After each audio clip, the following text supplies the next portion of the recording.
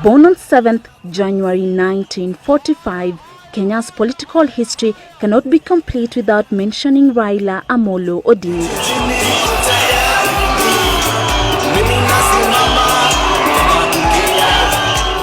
Son to another political icon in Kenya, the late Jaramogi Oginga Odinga, Kenya's first vice president, and Kenya's founding father, the late Mzee Jomo Kenyatta. His fight for a democratic Kenya is in sync with his political journey. After completing his university education, Odinga's political destiny shaped up following the most unlikely of circumstances, a failed coup against former President Daniel Arap Moi in 1982.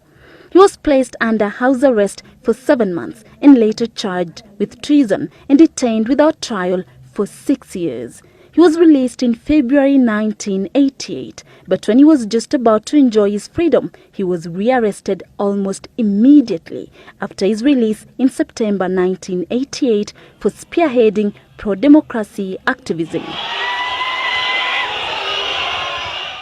A few months later, in June 1989, he was released, only to be imprisoned again on July 5th, 1990. Together with Kenneth Matiba and former Nairobi Mayor Charles Rubia. Upon his release in June 21, 1991, he fled the country to Norway, alleging government attempts to assassinate him.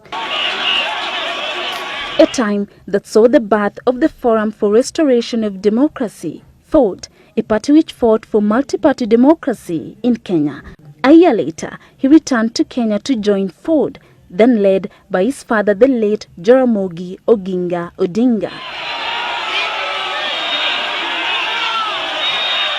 Kenya was a one-party state dominated by KANU, led by former President Daniel Toroitich Arap Moi. But the struggle for a multi-party state continued, and in December 1991, the then President Daniel Toroitich Arap Moi repealed Section 2A of the Constitution, thereby making Kenya a multi-party state.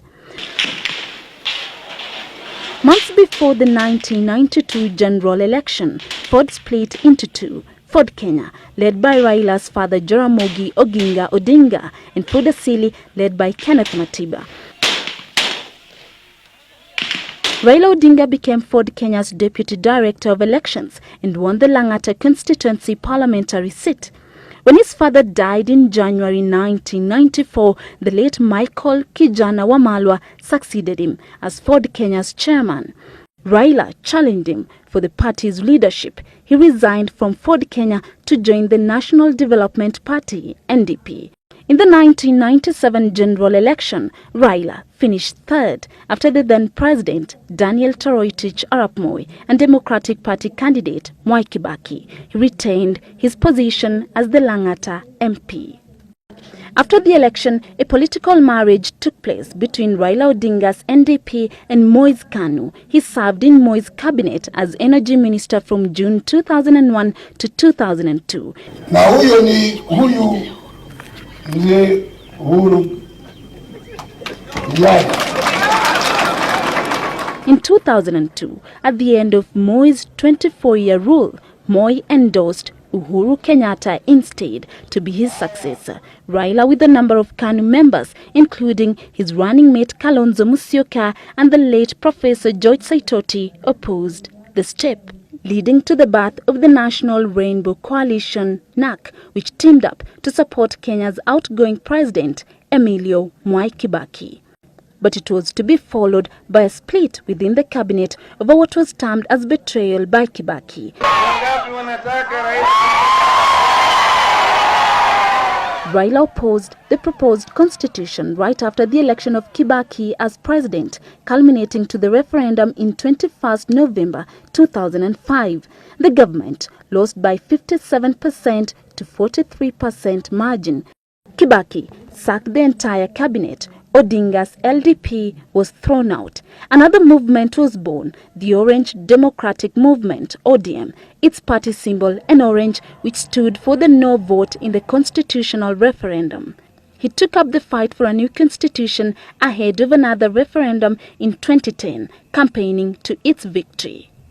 This freedom has eluded us for more than 40 years. Each time we came close to attaining it, it slipped from our grasp. Each time we missed it, ever greater repression seemed to replace the justice we sought. August 2007, ODM split into two, with Raila Odinga heading the Orange Democratic Movement, ODM, and Kalonzo Musyoka, ODM Kenya.